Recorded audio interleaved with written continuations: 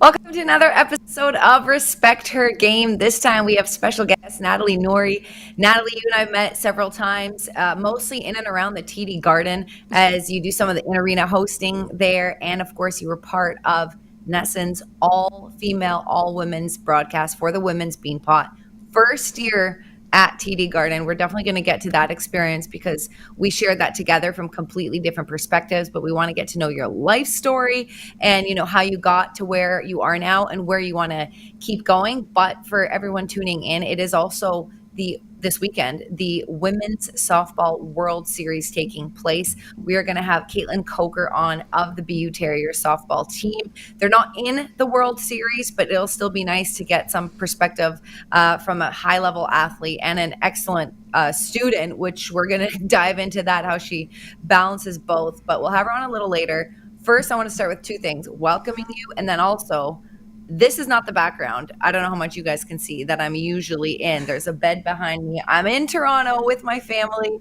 There you go. I usually have my plants set up in my living room and looking all, like cool. You're in this professional studio. I'm in my nephew's bedroom. So if anyone thinks this career is glamorous, this is the real life behind it. That's awesome. I love the international call-in, Sophia. It's great to be with you as well today. It's kind of been a long time coming, I feel like, for us to connect like we have in the past year.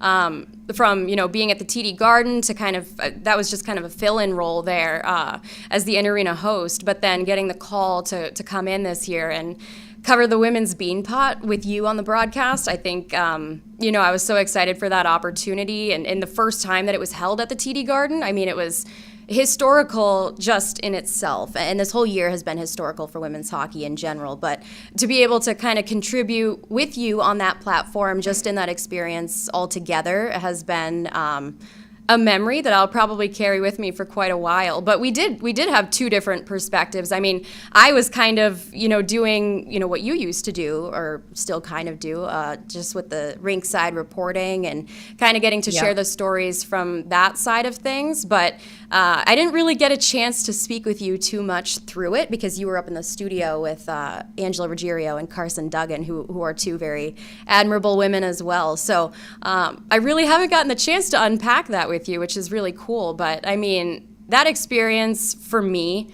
was amazing. And to see the women get to play in that kind of spotlight and to play with that kind of visibility and to have, the lower bowl was filled in the TD Garden as well, and even some of the upper bowl as well. So it was kind of emotional altogether. But for you to see that and to see it come together in that light, what was it like for you in the studio?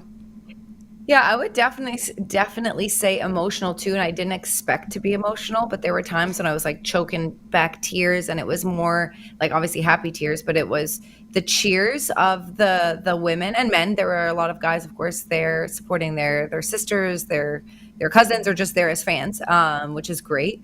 But the cheers of it was of fans, not when a goal was scored, just like throughout the broadcast and throughout the games, was just overwhelming sometimes in the best way of just like, whoa, I'm here. And I guess it was happening. And I was like, yeah, this is a big deal. I mean, so many of our interviews were centered around this is the first time at the Garden. And so I had talked about that with all the coaches, with the players so many times that, not to say that it was lost on me, but we'd heard it, so many times, the answers of how special it was. And so that was obvious. But then being there, I had like goosebumps for just the amount of people who were just pumped and excited for like the future of women's sports. And it definitely made me feel great to be a part of. But I want to jump in quick and say you did an excellent job. And I don't want to make this a love fest, but I think you did an excellent job down at the rink, but throughout the broadcast. And where I want to take this really quick, and you can take it wherever you want, but there are so many young men and women that want to do what I'm doing and want to do what you're doing. And you had to whatever they saw on the broadcast is what they saw. But talk about the pre-work. Like, what was your work as a journalist? What did you have to do? We had these calls that people don't know about with coaches, right, and players. You probably had to go to the schools. How did you get your research? How did you get to the point where you felt prepared enough to interview the women on the ice?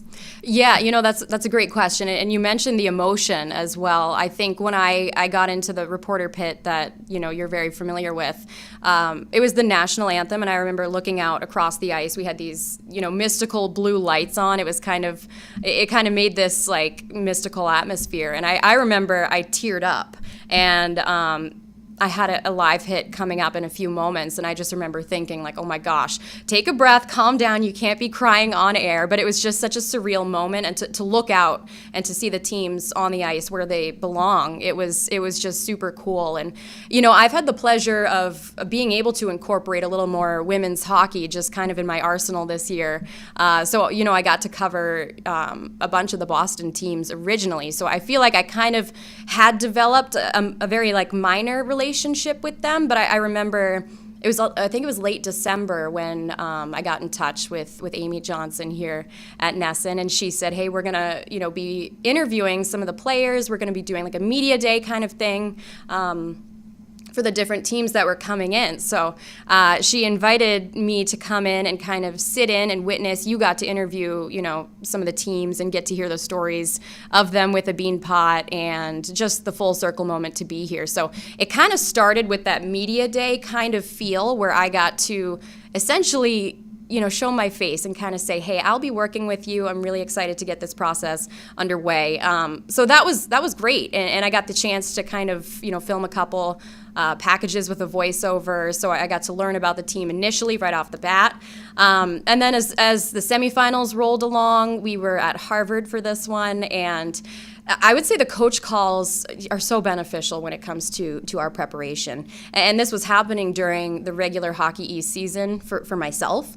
So not only was I having games on Friday, Saturday to prepare for, but I was also, doing the semifinals, the finals of the Bean Pot. So my midweek work schedule really spiked. And there were some times where I was like, just glued to my planner. I know you're a planner girl yourself, Sophia. So it is kind of nice to have that tangible plan to be like, here's what I have going on this day. We're talking to the Boston College team this day. We're talking, to these people. So we were jumping on these coach calls, and sometimes they would last for 20, 30 minutes, maybe even more. And it was a lot at once. I'm not going to sugarcoat it. It was just a ton of information at once that you kind of had to boil down into these storylines. So what I try to do my preparation, come into these calls with questions for storylines that I want to touch on.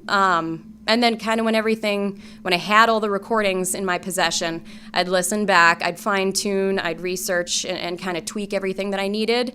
And then I'd come up with these storylines with, B-roll supporting them, and just stuff like that. I'm sure, the research process is different for everybody who does it, but for me, it was a ton of remote work, just kind of sitting, typing, writing, and organizing my brain as best as I could to prepare for such a spectacle of women's hockey.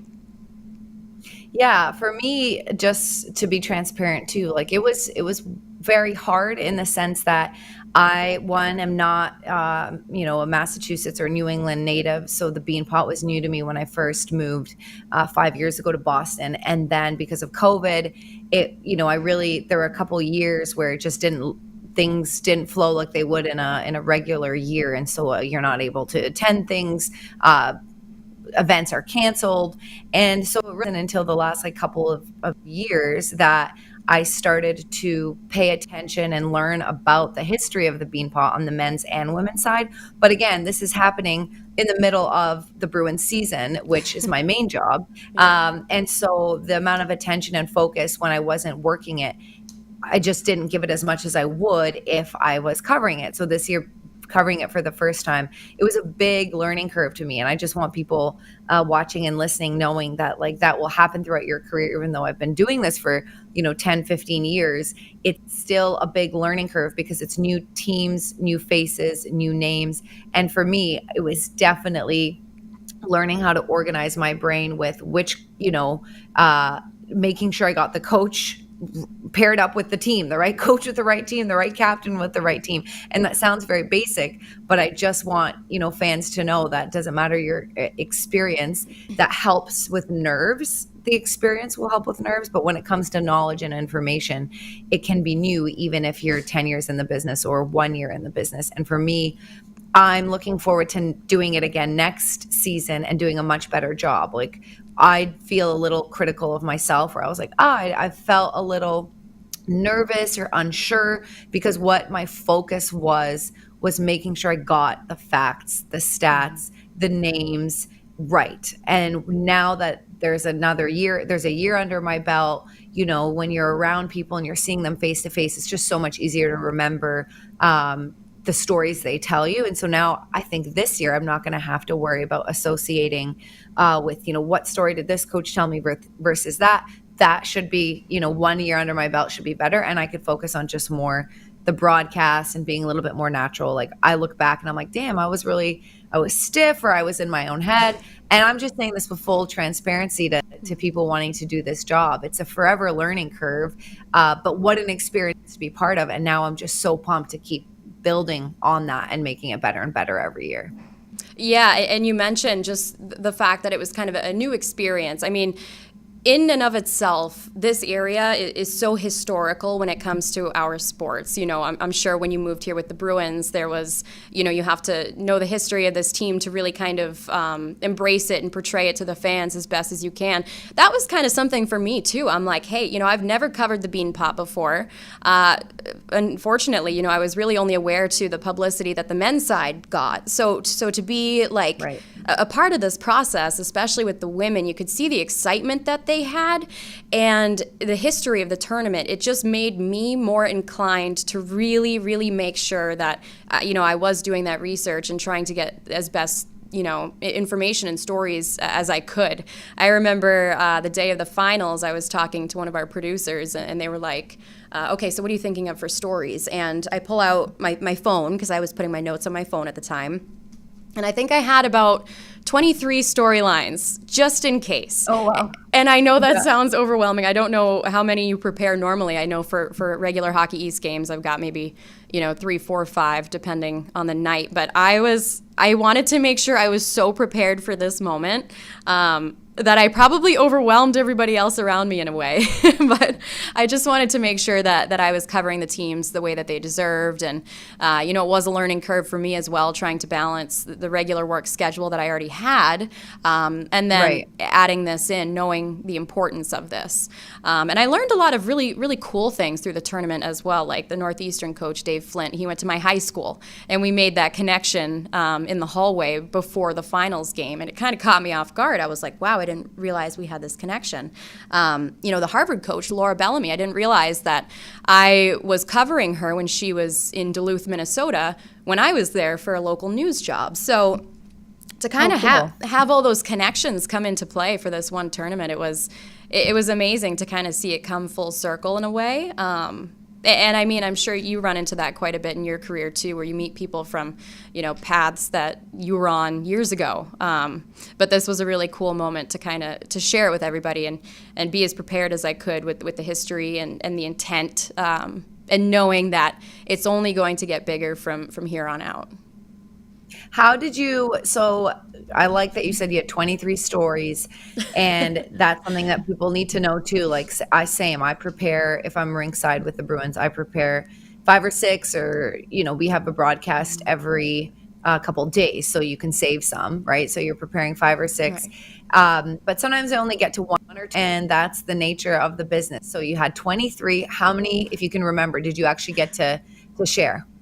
Oh gosh. So not even half, probably. Right. I ended up wanting to prioritize the ones that obviously fit the game. And then we used quite a few sound bites and B-roll that, we were able to find together. And it was, I found that my stories that had the best supporting B-roll and the best fit to the game were the ones that we used. And that's typically how it works, because you might have a great story, but you might not even use it because it just doesn't fit the game. And Right. sometimes early on you might get frustrated, like, oh, I really wanted to get that story in, but it's just the way it goes. So yeah, I mean, I can't even remember. Part of me feels like I kind of blacked out just because I was so pumped to be there. But I probably got in like 4 live hits at least per game, but then the interviews were something totally separate. I had, maybe 12 walk-off interviews at least that night, and 4 after the finals game. So in this particular instance, the interviews kind of spoke louder than the stories. The stories were just there to support the game. So yeah, I didn't get to all of the stories, but that was okay because the next time I covered Northeastern women's hockey down the line, I could bring one back if it still worked, and totally, and so on. Yeah.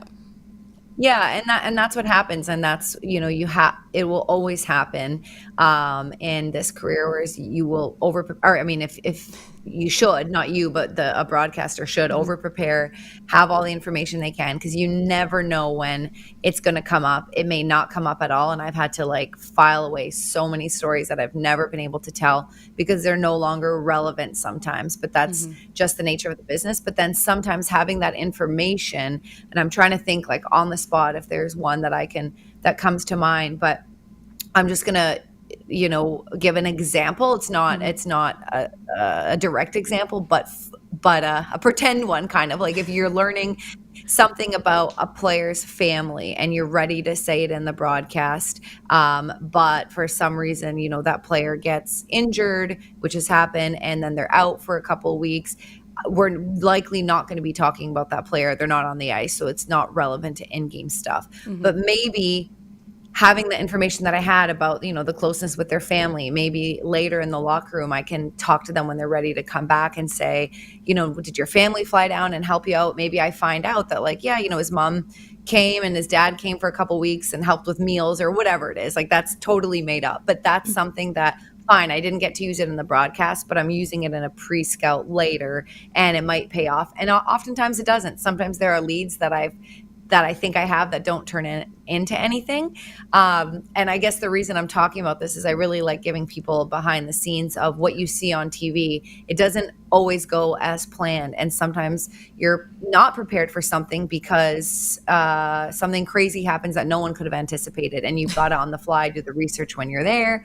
But that's the work. And so the amazing job you did rinkside, what I wanted people to know was like, you had all these great stories, you had these interviews, but you had even more that you just don't get to, but that's the nature of the business, Yeah, well, I do appreciate you saying that. I remember seeing your name on the email list and everything, and I was like, oh my God, this is great. I get to work with Sophia finally. So I was pumped to be able to work with you and, some other people that I had worked with in Hockey East just on this broadcast in general. But yeah, there's so much that happens behind the scenes. And even to your point, like, if I don't get to a certain story in game, if I happen to get that player as a walk-off interview, maybe I'll take that story and kind of condense it into a question for them if it happens to be relevant. So I can still kind of find ways to plug it in if necessary. But yeah, I mean, there were so many things that just happened in the tunnel. Like I'm sure you have stories as well. Some you can share, some you can't share. But the adrenaline between the girls out there, it was just so much fun. I love working in women's hockey sometimes because I have to say, no matter, how I look that day, I feel like someone always compliments me. And it's a very welcoming atmosphere. I know working with the guys obviously is a little different, but with the girls, they're always like, hey, those shoes are awesome. Or I love your suit. Where'd you get it? And in my mind, I'm like, wow, I would have thought that you were in pregame focus mode, but they are so friendly. They're so approachable. It was just so much fun to be down in the tunnels there. I don't know. It was just an experience that I hope I get to relive again. But it was awesome. And, to touch on the all women's broadcast crew, just to be a part of something like that. And, just the visibility and the publicity for women right now in the game, in sports in general, has been so fulfilling to be a part of and to really enter this industry during the boom, I guess. So, Yes. to have that group picture, I know it's so minuscule compared to what we did, but just to have that group picture of all of us and what we did, how we contributed, and to know we did it like together and for one another and for these teams, it was really cool to be a part of. I mean, have you ever been a part of something like that before? No, never a part of an all women's broadcast, but I'm trying to think. In my old jobs in Canada, I was lucky enough to work at a station that really valued women. This is the CBC, and what they didn't like. I think in this industry there was still like there's still an element of proving yourself to men, but I felt where I worked that didn't exist, which was great. But listen, I want to get into it. We're not going to, because we have our guest coming up. Maybe we'll do it to end the show, to wrap it up. But Caitlin Coker of the BU Terrier softball team, we are getting a chance to chat with her. So let's play that for you guys. All right, as promised, we have Caitlin Coker on with us, BU women's softball team captain. You guys had an unbelievable season. We were just chatting offline a little bit about your life, being a student athlete, so on and so forth, but setting a league record and a team record in the Patriot League. Looking down at my notes here, 53-6-1 record. So many things we can touch upon in your whole career as a student athlete, but why don't you start with this season, what a ride it was for you guys? Yeah, absolutely. I mean, looking back at this season, it was one of the most fun seasons I've had in my life. And I think that's just attributing towards the girls and our coaching staff, and all of our supporters that we've had over the year. But it really was so fun. Like you said, we had a lot of success. And then this just group of women that I was able to play with this past year is so special. So I'm just happy to be a part of it. Now, did I see correctly that this season you had a 38-game home unbeaten streak? Is that correct, Caitlin? Yeah, I believe so. I try not to keep count of the streaks, but I think that's right. That sounds right. Yeah, I mean, I think that's amazing. First of all, you talk about the group of girls that you played with. I know every team comes into a season with, a motto or something, an identity that they try to attain throughout the season. First of all, how difficult is it for opponents to play on your home field, to speak to that 38-game streak? And what is the identity of this group that you've been so proud to be a part of? Yeah, I mean, we love playing at home. We've made some recent upgrades to our field, which is awesome, but we love playing at home and playing in our city. So I think it is hard for opponents to come and just feel the energy and feel the pride that we play with. But I think the motto that we play with all year, and that this team just tries to carry into every year, is a nobody but us attitude. It doesn't matter who we're playing. It doesn't matter whether they're ranked, whether they're not, but we're going in and try to win every pitch, every inning, and every game. So. Have you learned a lot about, attitude is maybe not the right word, but like you said, the motto, energy, mindset, all that stuff in your college career from when you started to where you are now, obviously captaining as well. What have you learned about that and how that actually plays in? And it's a real factor. It's not tangible, right? It's not on the stat sheet, but how it's a real factor in getting wins and team morale up. Yeah, absolutely. I mean, this game really pushes you in all facets, and it really makes you become a better person. And I think being a part of Boston University's softball program under Coach Waters and Coach Carden specifically has really helped every single person who's gone through to become a little bit better. Coach Waters' goal is to have each class leave the program just a little bit better than when they found it. And I think she's done an amazing job recruiting girls who can do exactly that. So having the right attitude, having that team first mindset is so important. But I think the one thing that makes us really special is that we love each other like family. And I mean that wholeheartedly. It really, really is a family program, and you can see that on the field, off the field, and that has got us a lot of success both on the field and off the field too. So. Now, I'm glad you brought up Coach Waters, because this is the sixth time that you've won the Patriot League regular season championship under Coach Waters, so 6 for her as well. What is it like to play for her in the coaching staff? What's it like to be an athlete for one of them? Oh, it's one of the best things ever. She is one of the most competitive people I've ever met, and that's pretty perfect for a group of people who wants to be so successful and wants to win. I think we're all really united under that thing. We'll do anything to win. So all the extra reps, all the late nights, the early mornings, it's all worth it when we're coming down, able to come away with those wins and come away with championships and rings and make it to regionals. So I think just playing under Coach Waters and Coach Carden was one of the best things I've ever done. So it's like I said before, it's like a family in there. So I'm really happy that I was able to have that opportunity. Tell me a little bit. I'm going to go back, down memory lane. This might be a two-part question, but I just want to start with, do you remember the moment you fell in love with softball? Was it intentional with your parents? Was it something that, your friends were doing and you jumped in on and then fell in love? What was the childhood transition from playing and falling in love with it? Yeah, absolutely. It's really funny. So my grandfather actually brought in baseball, softball into our family. My dad had a really successful career in baseball in college, playing at University of Delaware. And then I had two older sisters who are 10 and 12 years older than I am. So as soon as I was born, I was going to their softball games, going to all their sports games. And I wanted to be exactly like them. I wanted to follow in their footsteps. And I would beg my dad to go play catch or hit off the tee in the backyard. So I think it was a really natural transition for me to be introduced to the game, and anyone who's played it, I mean, it's really easy to fall in love with the game too. So it was just, we joke around that it's in our blood. So I was just happy that I was able to carry on that Coker tradition and just be able to play the game and have some fun.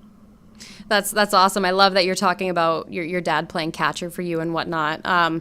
My earliest memory, and I also work in baseball, so I like to ask athletes, what is the earliest memory that you have that really kind of sold you on this sport, that really kind of solidified that passion for the game? I remember my parents tossing wiffle balls to me in the backyard. I certainly was not destined for Division I athletics with that. But do you have a first memory where you picked up a bat or you threw a ball and you were like, this is for me? I don't have a memory, but my mom likes to tell me this story of when I don't remember how old I was, but it was after I used to leave school all the time to go see my sisters play in college. So I got to go see them and their teams. And I guess I looked at my mom when we were in the car and I was like, I'm going to play softball and I'm going to be better than they were. So I guess I had sort of a chip on my shoulder to sort of that sibling rivalry, all in good fun. But I think that's the moment my mom likes to bring up of when that fire sort of ignited. That's awesome. That's so funny. Yeah, no, that is awesome. It's oh man, so what I was telling Natalie earlier, I obviously live in Boston, but I'm from Toronto. I'm visiting family now, and already in 2 days we've been going over the stories of sibling rivalries and how we beat each other up and try to compete and whatever it was. And it's funny now when you're an adult, when you're a kid, it's so serious. You take it so personally. On that note, well, kind of, so we're developing you as a kid, where you got your passion, your father, obviously, your sisters. How did you choose BU? Did BU choose you? How did your college career come about? Yeah, I was introduced to Coach Waters when I was really young, about 13 or 14. This was before the recruiting rules and the age limits and things like that. But Coach Waters was looking around, looking at my teammates, things like that, and we kind of just clicked. And ever since I was young, she was recruiting me, telling me she wanted me to find sort of a home.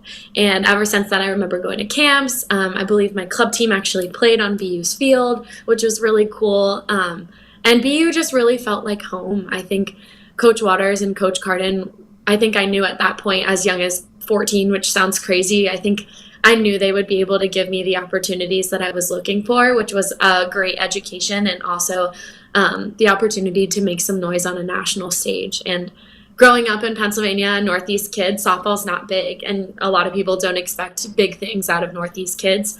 But I think playing with that chip on my shoulder my whole life, and going into a Northeast program, I think it made us better for it. It made me better for it. So I think everything just came together perfectly, and I know that doesn't always work out, so I feel very grateful and very thankful that it did. So. Yeah, you talk about playing with that chip on your shoulder. You can tell you had that at a young age, trying to outplay your sisters. I love that. But BU, not only are you a softball player, but you've also got quite the class load that you were working with. A biology major, and just looking down here, it was in molecular biology, cell biology, things that are way over my head. Can you talk about what that's like to balance the two, between softball and all the workload that you had in class? Yeah, definitely. I'll be the first to say it was hard. I'm not going to sugarcoat it. It was hard at times. But I think coming as a freshman, I saw all the incredibly hardworking student athletes ahead of me on my team and just throughout our athletics department, doing very similar things, whether that be whatever their passion lies. But they were not choosing easy majors so they could kind of get out of jail free card. BU is a really great place where you don't have to sacrifice your academics or your athletics. You can succeed in both. And just being able to see that ahead of me, I think gave me the confidence to say, okay, I can do it. And BU offers a ton of tutors, a ton of athletic support, which was awesome. But I think knowing that my coaching staff and my teammates were supporting me through that hard academic load, as you were saying, it really helped me get through that whole time. So. And you're continuing that. So I wanted to ask, this will be a two-part question. Tell us about what you're doing to further your studies, but also where have you left your softball career? Are you looking for opportunities down the line, whether it be in broadcasting or continuing to play in a certain way? What are those opportunities, or are you pausing it for now? Yeah, so in the fall, I'm continuing my education to get a master's degree in genetic counseling, which is where I hope to take my career. So it's a 2-year program, so I'll be done in 2026, which is exciting. So I'm excited to enter in that new chapter. And in terms of softball, I think I've really come to a full circle moment with my career. I'm not looking for any opportunities to play again. I think I'm very happy with how I left the game, and I think I have a lifetime of fond memories to look back on. So if an opportunity does arise, I don't think I'd shut it down, but I love the game for life, and I'm very happy with how my career ended. Nat, I'm just going to jump in. I know, Yeah. Sorry, Nat, I'm just going to jump in really quick, just as a follow-up.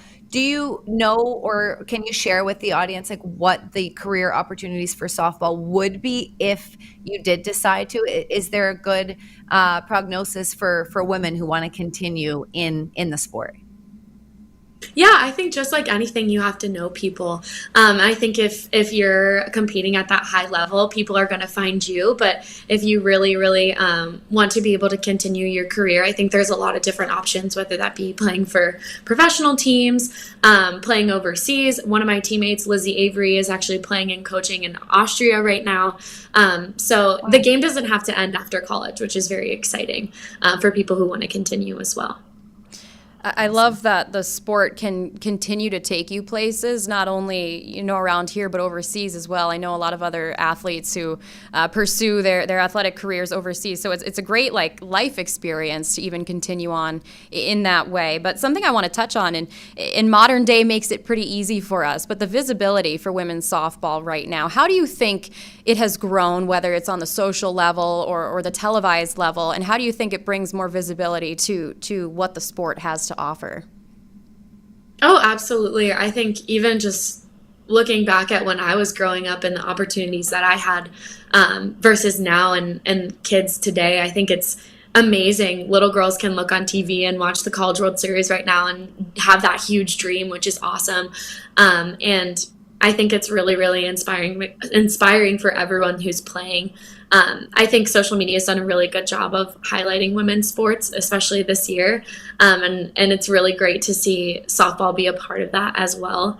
And just even me being on this podcast right now, I think it's awesome. I think this raises visibility as well for the game, the sport, and opportunities that it can bring to you. So like you said, a million opportunities softball has brought me. It's taken me literal places all across the country and just has gotten me rooms I wouldn't have expected to be in. So Yes, and women definitely deserve that, that opportunity as much as the men do, because I know, and not saying that that's not changing, or saying it with like a victim mentality, more just that it's just so nice to see that on a college level, but then now we're finally seeing on a professional level.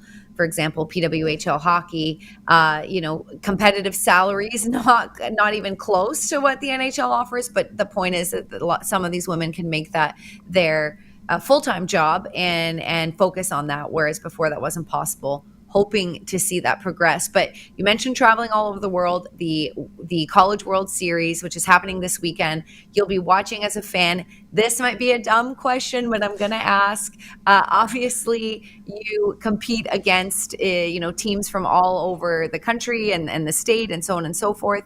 Do you know anybody closely in the World Series that you're rooting for? Maybe not at all, but is there anyone that you're particularly watching, or are you just watching as a fan in general?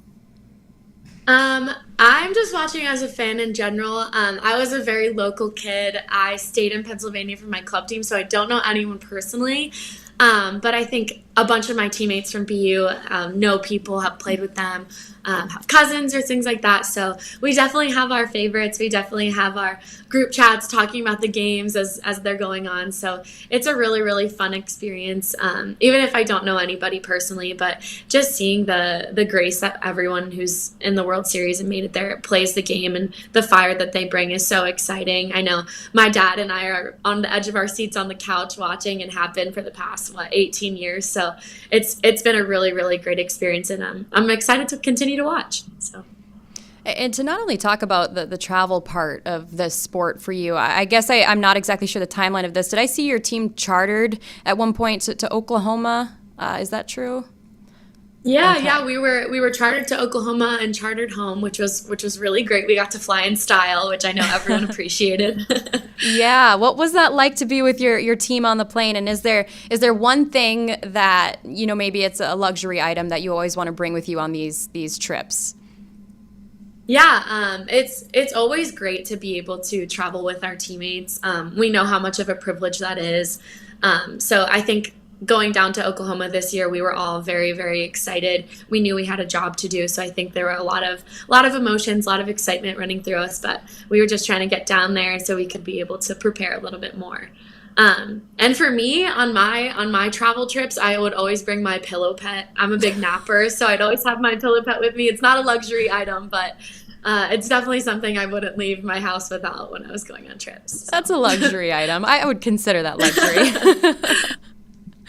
I'm the biggest napper. Like, you can, even in public transit, like I have like subways and trains, I have a hard time staying up. Like, if there's motion or a hum, I'm like half asleep. Other than when I'm driving, for some reason, like I drove from Boston to Toronto, it's about 9 hours, not even like tired for a second. Like, I'm in the zone, listen to podcasts, whatever it is.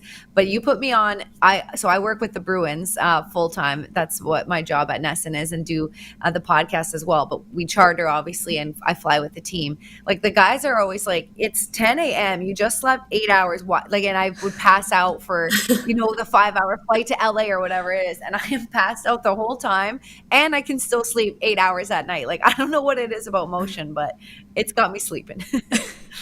I have a phobia of sleeping in public. I don't know why. I think I fear, what I maybe look like or sound like or something. But when it comes to sleeping on planes or a bus, I will fight it until I get to my destination, because I have such a phobia of falling asleep in front of people. But I'm sure with a group of girls, teammates, I'm sure it's a little easier to just embrace the chaos of every moment and kind of exactly. do what you need to do. Exactly. Embrace the chaos is exactly it. We have about like 2 minutes left, so I know it's kind of putting you on the spot, but is there anything that you'd like? There are a lot of young women listen to this podcast, and men too, who just, want to know about the growth of women's sports. But you mentioned as a kid, things have changed. Is there anything that you want young women watching to know, or maybe something that you've seen change for the better that can give people hope in the time that you've been playing? Yeah, I would just encourage anyone to pursue or try to continue to play sports as long as you can, whether that be at the college level or not. I think the lessons that I've learned from playing sports my whole life have made me so much wiser and so into the person that I am today. And I'm so grateful for every single person who's helped me learn those lessons, whether they're hard ones or not. So I would just encourage everyone to stay involved with sports, whether that just be as a fan or as a player, as much as they can, because it's something really special, and the bonds you make are really special. Caitlin, thank you so much for your time. Congratulations on this amazing career. And then, of course, your schooling, and best of luck in your continued 2 years of what you're studying, which I don't even think I could repeat the name. I'm not that smart. So I can't do that. But congrats, and thank you for joining us on Respect Her Game. Let's go, Caitlin. That was awesome. Covered a lot of different angles, lots that we could obviously dive into, and congrats to her team for all the records and that they've set and the season that they have. But I always love hearing about how people get into their respective sports or passions. Like if someone's a lawyer or a doctor, like why did they choose to dedicate their lives and their time to this? You're obviously, I think we were talking about it offline, not on this podcast, but the journey you've been on in terms of broadcasting. You did some hard news too, but I've always come back to sports. Why sports for you? Where did this start? Yeah, no, I appreciate you asking that. And first of all, thank you to Caitlin. She was wonderful to chat with this for this podcast. But yeah, just to hear how she got into her calling of playing softball and whatnot. I always love sharing this story personally as well. For me, it was a very family-based kind of decision for me. It was 2011, of course, like many other New Englanders who got the bug, the passion for hockey. The Stanley Cup playoff was, a very memorable time for my family. I grew up with a grandfather who was a huge Big Bad Bruins fan, Bobby Orr fan, Phil Esposito. He always liked the hard-nosed players. So I kind of grew up under him watching the sport of hockey. In 2011, he was diagnosed with bone cancer. He was a very paternal figure in our family and my life, and he actually he was going through chemo, radiation. It took a harsh toll on him and us as a family as well. And the Bruins were playing. So every day, something to look forward to was watching the Bruins. And at 12 years old, I'd go over to his house. We'd have some ice cream, popcorn, whatever, and we'd watch these games. And I really got to learn about the sport. And in the moments we watched these games, it was almost like the harsh reality that was our lives was erased for just a few hours. And it was great because it brought us together in a really difficult time. He was struggling, but he would have never shown it. He was a very stoic man. But just to go through that process with him and to see how far the Bruins went. They were playing in Vancouver. So these school night games, I was 12 years old, staying up till midnight or whatever to watch them compete. But they hoisted the cup that year, very memorable year. And yeah, he passed away a few months after that. But it was great to share that with him one last time and see, the whole everything kind of culminate in that moment just with him. So for me, I decided, my passion is hockey. I learned so much about it through this experience, and in honor of him and just the love that I developed, for this sport and how it gave my family something to kind of get closer over, I decided I wanted to pursue a career in hockey most specifically. But, I'll go wherever it takes me. But sometimes, I think of him and the moments, I talked about getting emotional before the bean pot. He was in my heart there. And I looked out over the ice and I was like, he'd be very proud. And I don't mean to get emotional here, but it's one of those moments where it's like, yeah, this is my why. This is why I'm doing it. I think of him in honor of him, and it's a great chance to kind of share his story and keep his memory going through the things that I get to witness and accomplish. So I appreciate all the opportunities I get to do this kind of thing and share these stories. So yeah. Well, obviously that's a difficult story, but beautiful, and obviously bittersweet, but it's beautiful, and I can tell how much it means to you. I've similar love and passion for my dad, who got me into it. Don't need to get into that here, but I'm just saying that I can relate very much about like the emotional connection of what sports brings people, family, friends. In this case, you keep mentioning your grandfather. So give us his name so we can, put it out on the air of Yeah. who the man was that made you fall in love with hockey. Yes, the man behind the story, Frederick Sanborn. So Frederick has kind of become a family name. It's my brother's middle name, and something we'll probably carry on in future generations. But yeah, he taught me everything. He was a tough guy. He was a truck driver. So, he loved it, and I loved getting to watch that with him. But it's great how everybody has a story that hits close to home, why they get into the things they do. Most oftentimes in sports, it is someone in your family, like Caitlin was telling us, her grandfather brought baseball into her family. So it's always nice to hear that and to know that everybody has, a background like that. Yes, indeed. To Frederick Sanborn, then, why don't we dedicate this episode to him and having you on as our guest. Natalie, thanks for being here for Thank you. Respect Her Game.